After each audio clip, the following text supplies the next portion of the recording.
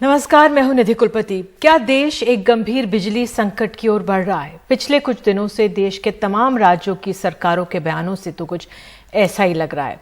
राज्यों की दलील है कि कोयले पर आधारित ताप बिजली घरों के पास बस कुछ ही दिन का कोयला बाकी है, लिहाजा अगले कुछ दिन में कई राज्यों में बिजली संकट शुरू हो सकता है। हालांकि केंद्र सरकार का दावा है कि इस बात को बढ़ा चढ़ाकर बताया जा रहा है और बिजली संकट जैसा कुछ होने नहीं जा रहा। अगर इस आशंका में कोई दम नहीं है तो ऐसा क्यों है कि सोमवार को गृह मंत्री अमित शाह को कोयला सप्लाई के मुद्दे पर कोयला मंत्री के साथ बैठक करनी पड़ी। खबर है कि प्रधानमंत्री ने भी आज जो बैठक की है, कोयला सप्लाई की समीक्षा की है। तो ये मुद्दा सबसे मुखरता के साथ दिल्ली सरकार ने उठाया है, कुछ समय से उठा रही है। शनिवार को दिल्ली के मुख्यमंत्री अरविंद केजरीवाल ने प्रधानमंत्री मोदी को खत लिखकर कहा कि अगर पावर स्टेशंस को पर्याप्त कोयले की सप्लाई नहीं हुई तो राजधानी में ब्लैकआउट हो सकता है। दिल्ली के मंत्री सत्येंद्र जैन ने आज केंद्र सरकार से सवाल किया है कि अगर कोयले की कमी नहीं है तो एनटीपीसी ने अपना बिजली उत्पादन का जो कोयला वो आधा क्यों कर दिया है। उनका कहना है कि दिल्ली को मांग का आधा ही मिल रहा है, बाकी हम गैस से बना रहे हैं, जिसका कंट्रोल रेट केंद्र सरकार ने बंद कर दिया है। इस वजह से बिजली बहुत ही महंगी बन रही है। मेरे को 5 रुपए की चीज 25 रुपए में खरीदनी पड़ रही है, तो किल्लत कैसे? अच्छा, ठीक है। वो दिल्ली को वो जानबूझ के ऐसा कर रहे हैं ना कि दिल्ली वाले अगर 25 रुपए यूनिट खरीदेंगे, कितने दिन तक खरीद पाएंगे 25 रुपए यूनिट? और अब वैसे आमतौर पे कितने रुपए यूनिट? नॉर्मल हमारा एवरेज परचेज कॉस्ट 5.5 रुपए यूनिट होता है। अच्छा, 5.5 रुपए 6 रुपए यूनिट दिल्ली के अंदर एवरेज परचेजिंग कॉस्ट है।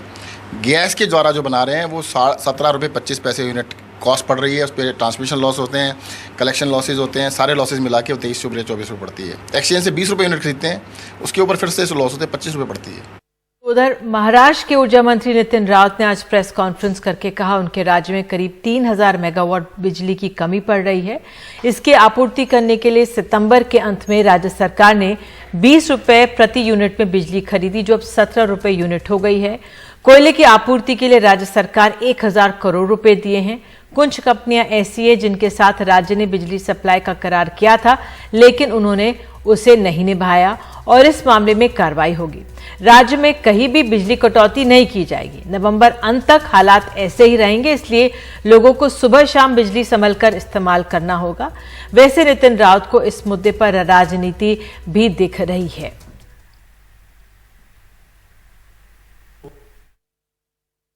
मुझे आश्चर्य है कि बिजली का संकट महाराष्ट्र और बाकी प्रदेशों में आया है, जो गुजरात है उस पर नहीं आया, ना गोवा में आया। उनकी सरकार है भारतीय जनता पार्टी की, तो वो उनके ऊपर जब संकट नहीं आया, इसका मतलब उनको कोयला मिला है, इसलिए उनकी फैक्ट्रियां चल रही है, उनके प्लांट चल रहे हैं, उनके यूनिट चल रहे हैं। तो फिर जब उनको कोयला दे सकते तो महाराष्ट्र को क्यों नहीं दे सकते? तो राजस्थान, झारखंड, पंजाब, बिहार, उत्तर प्रदेश, केरल में भी बिजली की कमी की वजह से कई जगहों 2 से 14 घंटे तक का पावर कट करना पड़ रहा है। उधर केंद्र सरकार आश्वासन दे रही है कि कोयले की कमी नहीं होने दी जाएगी, लेकिन तथ्य ये है कि 135 में से 115 बिजली घरों में स्टॉक बहुत ही कम है। जो बिजली घर कोयला खदानों से ज्यादा दूर हैं, वहां संकट ज्यादा है। 26 बिजली घरों के पास 7 दिन से कम का कोयले का स्टॉक है। 70 बिजली घरों के पास 4 दिन से भी कम का कोयला बचा है। लेकिन कोयला मंत्री का दावा है कि कोल इंडिया के पास 22 दिनों का स्टॉक है और बिजली घरों को कोयले की सप्लाई तेजी से ये बढ़ाई जा रही है। कोल का शॉर्टेज बीच में थोड़ा शॉर्टेज तो हो गया था, क्योंकि बहुत ज़्यादा बारिश हुआ था। बारिश के कारण और इंटरनेशनल प्राइस अचानक ज़बरदस्त बढ़ गए। From yesterday stock has increased। कल 1.94 मिलियन टन हमने सप्लाई किया है। ये इतिहास में this is the ever highest supply of the domestic coal. तो वैसे जानकारों के मुताबिक कोयले के स्टॉक की कमी से ज्यादा समस्या यह है कि कोरोना संकट के बीच स्टॉक की उपलब्धता बनाए रखने के लिए पहले से ठीक योजना नहीं बनाई गई। दरअसल देश में ऊर्जा की मांग 65 से 70% पूर्ति हो जो है वो कोयले के चलने से बिजली के तापघरों से होती है। ऊर्जा मंत्रालय के मुताबिक कोरोना की दूसरी लहर के बाद अर्थव्यवस्था में अब तेजी लौटी है और इस वजह से बिजली की मांग और खपत में काफी तेजी आ गई है। ऊर्जा की मांग और खपत कोरोना से ठीक पहले के दौर से काफी ज्यादा है। अगस्त सितंबर के महीने में 2019 में ऊर्जा की खपत 106.6 अरब यूनिट प्रति महीना थी, जो 2021 के इसी दौर में 124.2 अरब यूनिट प्रति महीना हो गई। तो इसी दौरान कोयला से पैदा होने वाली बिजली करीब 62% से बढ़कर अब 66.35% हो गई है और इस तरह से 2019 के अगस्त सितंबर के मुताबिक 2021 के इस दौर में बिजली की खपत करीब 18% ज्यादा हो गई है। ऊर्जा मंत्रालय का यह भी कहना है कि आयातित कोटा जो कोयला है उसकी कीमत जो मार्च 2021 में $60 प्रति टन थी, वो सितंबर अक्टूबर 2021 में बढ़कर $160 प्रति टन हो गई है। इसलिए कोयले का आयात कम किया गया है और उसकी जगह देश में ही कोयला उत्पादन बढ़ाने पर जोर दिया जा रहा है। 2019 के मुकाबले आयातित कोयले पर आधारित बिजली उत्पादन 2021 में 43.6% कम हो गया है। वैसे ऊर्जा मंत्री ने कोयले के स्टॉक की उपलब्धता पर नजर रखने के लिए एक कोर मैनेजमेंट टीम 27 अगस्त को बना दी थी। तो फिर कोयला सप्लाई का इस संकट क्यों है? इस मुद्दे पर आइए बात करने के लिए हमारे साथ 3 खास मेहमान हैं। आम आदमी पार्टी के पहले नेता राज्यसभा सांसद संजय सिंह हमारे साथ जुड़े हुए हैं। साथ ही कुछ ही देर में महेश वर्मा और वरिष्ठ पत्रकार सुदीप श्रीवास्तव से भी बात करेंगे। संजय जी, बहुत बहुत धन्यवाद समय निकालने के लिए। जो ये बिजली का संकट है इस समय जो कहा जा रहा है और दिल्ली सरकार इस पूरे मामले को बार बार उठा रही है, ये इसको हम महज राजनीति माने? क्योंकि आज तो कोयला मंत्री कह रहे हैं कि हमने तो जो 25 सितंबर से 10 अक्टूबर तक दिल्ली की जो मांग है वो सप्लाई कर दी उन्हें। जी निधि जी नमस्कार, आपके दर्शकों को नमस्कार। मैं आपकी कुछ मदद इस मामले में इसलिए कर सकता हूं क्योंकि मैंने भी माइनिंग से इंजीनियरिंग की है। तो मैं आपको ये बता सकता हूं कि जो ये कोयले की संकट की बात कही जा रही है, ये अपने आप में बेबुनियाद और हास्यास्पद बात है। हिंदुस्तान दुनिया का सबसे दूसरे नंबर का कोयला उत्पादन करने वाला देश है और कोल इंडिया दुनिया की नंबर 1 की कंपनी है कोयला उत्पादन के मामले में। तो हिंदुस्तान में कोयले की कमी हो जाएगी और उसकी वजह से कोल संकट की वजह से बिजली का प्रोडक्शन रुक जाएगा, ये अपने आप में बहुत ही हास्यास्पद और मजाक वाली बात है। और मैं ये सीधे तौर पे कहना चाहता हूं कि ये संकट, कोयले का संकट, ये प्रायोजित संकट है, ये वास्तविक संकट नहीं है।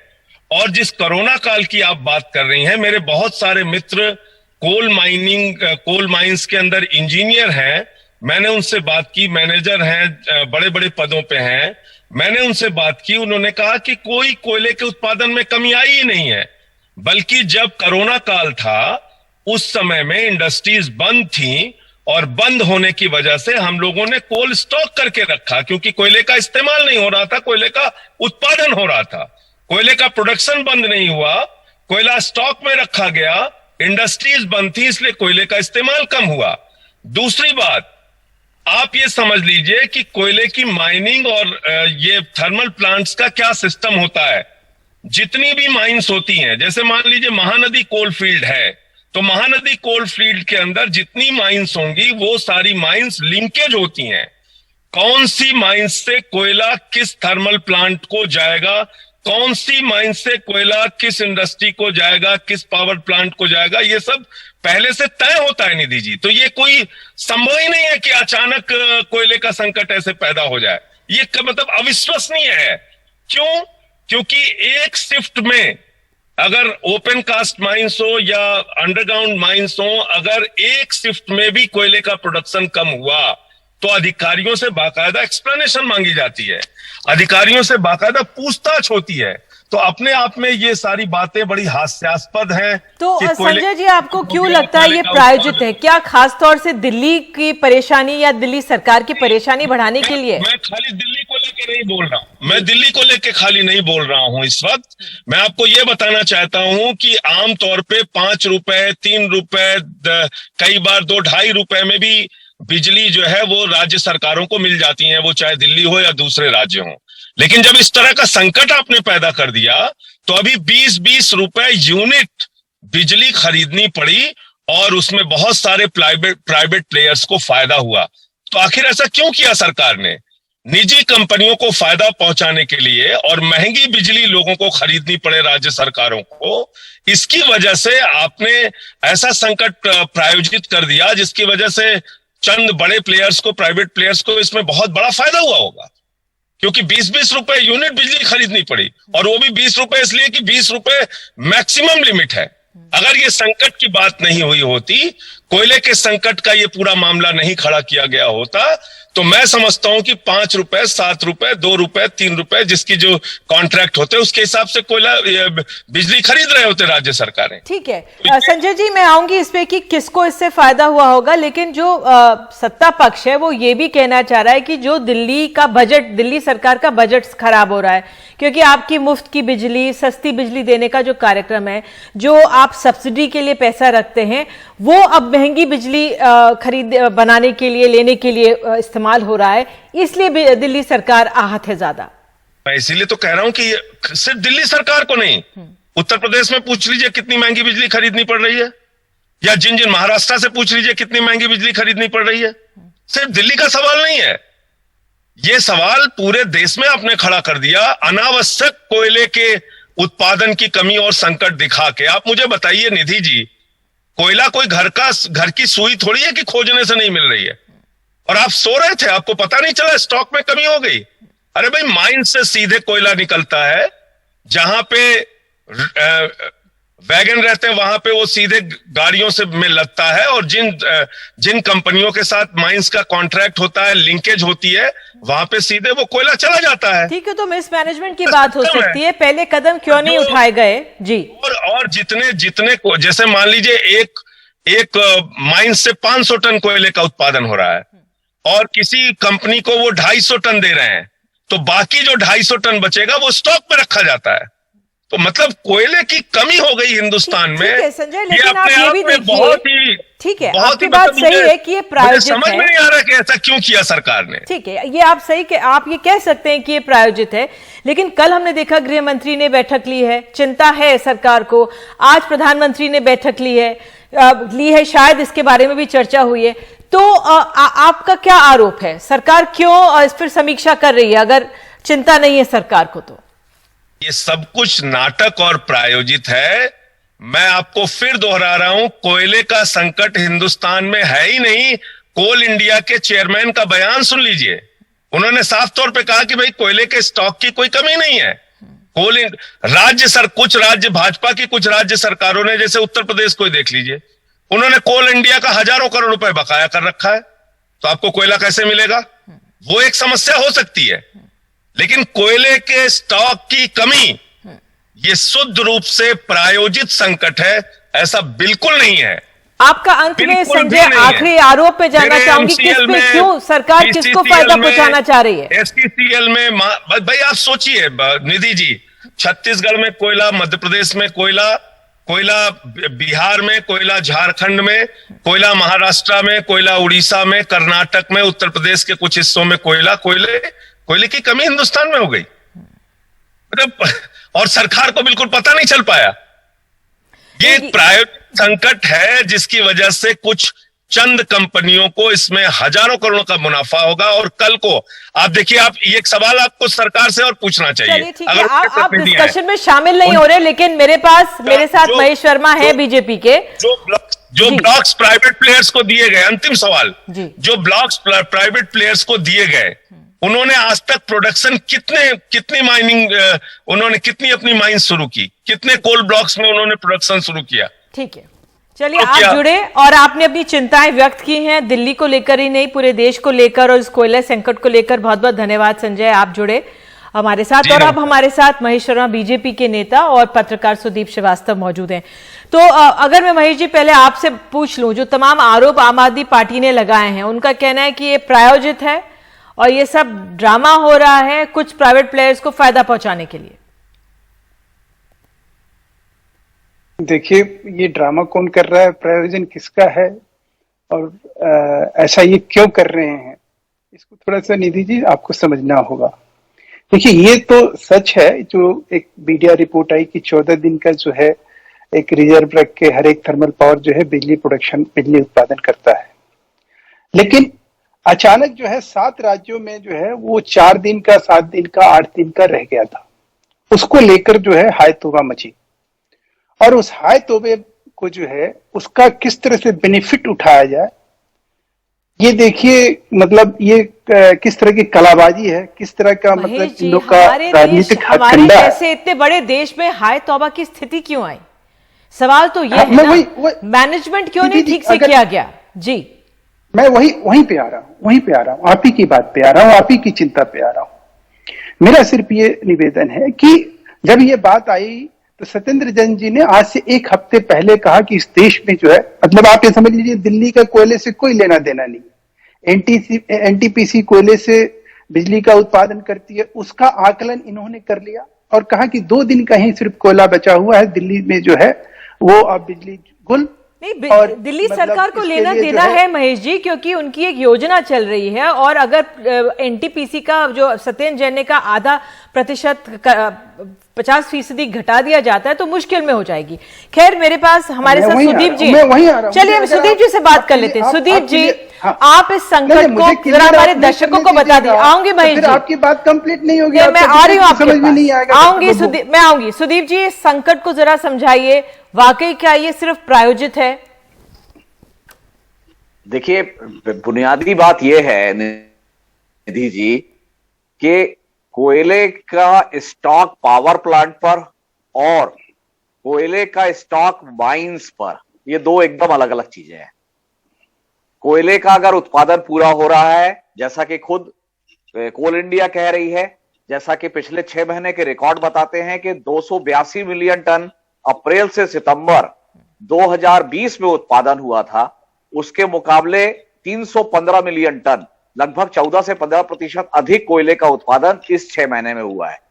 तो अगर कोयले का उत्पादन ज्यादा हुआ है और बिजली की मांग जो है, अगर आप 2019 जो नॉन कोविड ईयर है उससे भी तुलना कर लें तो 116 बिलियन यूनिट से बढ़ के 124 आई है, तो उसमें जो इंक्रीज है वो 6 से 7% है, और कोयले के उत्पादन में इंक्रीज 14 से 15% है।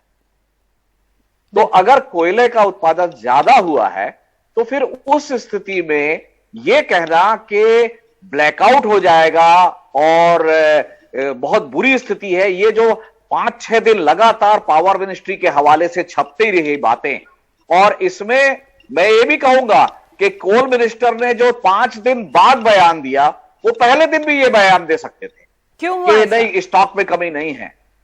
मेरा यही बताना है कि ये कहीं ना कहीं, जो मैं सुन रहा था संजय सिंह जी को, संजय सिंह जी तो बिजली के स्टॉक की केवल बात कर रहे हैं, बिजली के रेट्स की बात कर रहे हैं केवल, खेल उससे भी आगे है कि जो कमर्शियल कोल माइनिंग हो रही है उसमें जो भाग लेने वाली कंपनियां हैं वो चाहती है कि कोल माइनिंग की शर्तों को, जमीन अधिग्रहण को, पर्यावरण और वन अधिनियम के नियमों को, जो कि हमारे क्लाइमेट चेंज के कारण बहुत इंपॉर्टेंट है, उन सब को इतना आसान कर दिया जाए कि कोई भी जब भी चाहे तब कोल खदान खोल सके। कोल बीयरिंग एरिया एक्विजिशन एक्ट एक बहुत ही ड्रैकोनियन लॉ है जो 1957 में बनाया गया था, जब माइनिंग प्राइवेट हाथों में थी। उस कानून के तहत प्राइवेट कंपनी के लिए जमीन अधिग्रहण की छूट नहीं है। आज प्राइवेट कंपनियां यह चाहती हैं कि उस कानून में संशोधन किया जाए और उसमें जो प्रावधान है कि मुआवजे का फैसला किए बगैर, जमीन का अवार्ड पास किए बगैर, मुआवजा दिए बगैर जमीन प्राइवेट कंपनी के हवाले चली जाए। यह संशोधन जो वो चाह रहे हैं, और जो मानसून के पिछले सत्र में सरकार ये संशोधन लाना चाहती थी, लेकिन ऑलरेडी किसान कानून के कारण किसानों में बनी हुई नेगेटिव इमेज को लेकर डर गई और वो संशोधन लेके नहीं आई।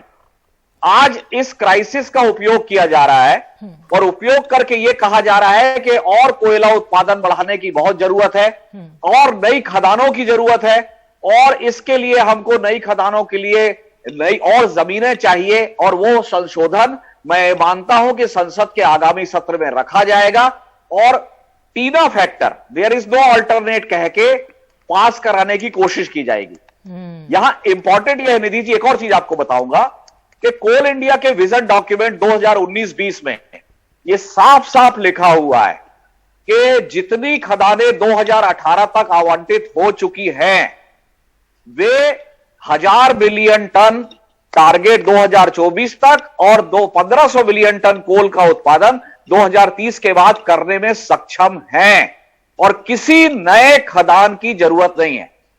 उसके बावजूद 67 नए कोयला खदानों को कमर्शियल नीलामी में लाया गया।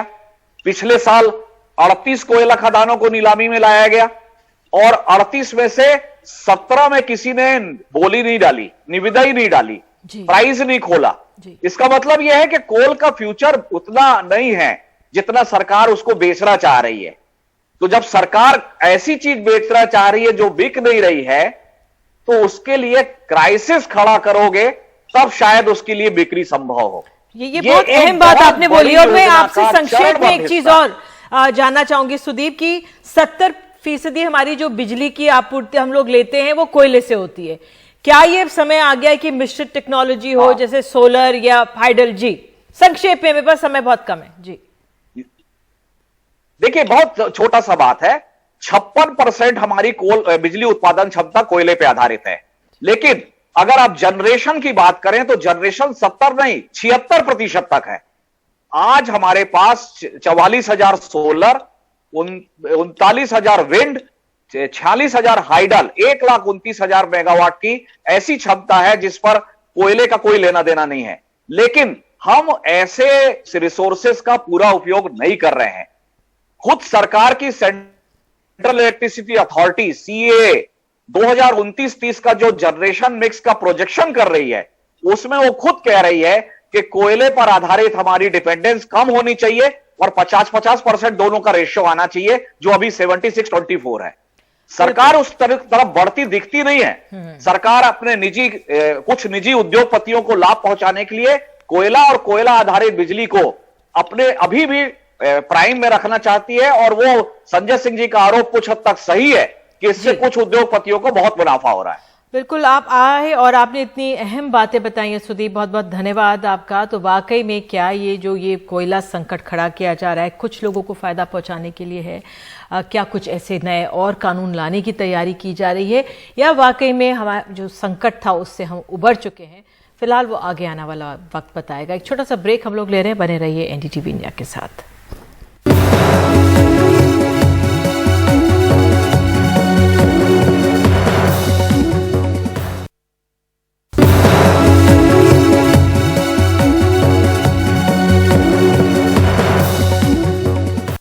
भारत में बच्चों के लिए कोरोना का टीका जल्द ही आने की संभावना है। 2 साल और इससे ज्यादा उम्र के बच्चों के लिए भारत बायोटेक के इस टीके को देश की central drug standard control organisation की सब्जेक्ट एक्सपर्ट कमेटी ने मंजूरी दे दी है। अब इस पर आखिरी मुहर drugs controller general of India को लगानी है। आने वाले वक्त में 2 साल या इससे ऊपर के बच्चों को कोरोना के टीका देने का रास्ता साफ हो गया है। 2 डोज वाली भारत बायोटेक के टीके की सिफारिश सब्जेक्ट एक्सपर्ट कमेटी ने की है। ये तो हमने लगातार ये बोला ही है कि हम जल्द ही बच्चों के सुरक्षा के लिए जो वैक्सीन है 2 से 18 के उम्र के बीच में, उनके लिए ये जो ट्रायल चल रहे हैं, ये जो सेफ्टी मेजर्स को ध्यान में रखते हुए उसका इम्यूनोजेनिसिटी क्या है, और ये सभी जब रिपोर्ट्स आते हैं, ट्रायल्स होते हैं, तभी हम ये कर पाते हैं। तो मुझे लगता है कि जल्द ही एक सब्जेक्ट एक्सपर्ट कमेटी ने ये किया है, उसके बाद अप्रूवल होने जाएगा और तब जाके ये मिलेगी। तो जल्द ही ये प्रोसेस है, ये प्रोसेस से होने वाला है। हम भी उसी इंतज़ार में है और हम बच्चों के सुरक्षा के प्रति प्रतिबद्ध भी है। इस टीके को लेकर भारत बायोटेक ने कहा कि हमने 2 से 18 साल के बच्चों का क्लिनिकल ट्रायल का डेटा CDSCO को जमा किया था, जिसके आधार पर यह सिफारिश की गई है। ये दुनिया में 2 से 18 साल की उम्र के बच्चों के लिए मंजूरी मिलने वाले पहले टीकों में एक है। अब हमें इस टीके को बाजार में उतारने को लेकर रेगुलेटरी मंजूरी का इंतजार है। क्लिनिकल ट्रायल बच्चों में किए गए 3 चरणों में किए गए थे, 12 से 18 साल, 6 से 12 साल के बच्चों में, और फिर तीसरे लास्ट चरण में जो है 2 से 6 साल में। सेम वही वैक्सीन जो है, जो वैक्सीन एडल्ट में दिए जा रहे हैं, वही वैक्सीन जो है बच्चों में सेम डोज शेड्यूल भी। भारत में बच्चों को लेकर यह दूसरा टीका है। इससे पहले जाइडस कैडिला के 12 साल या इससे ऊपर के बच्चों के टीके को मंजूरी मिल चुकी है। नई दिल्ली से परिमल कुमार, एनडीटीवी इंडिया।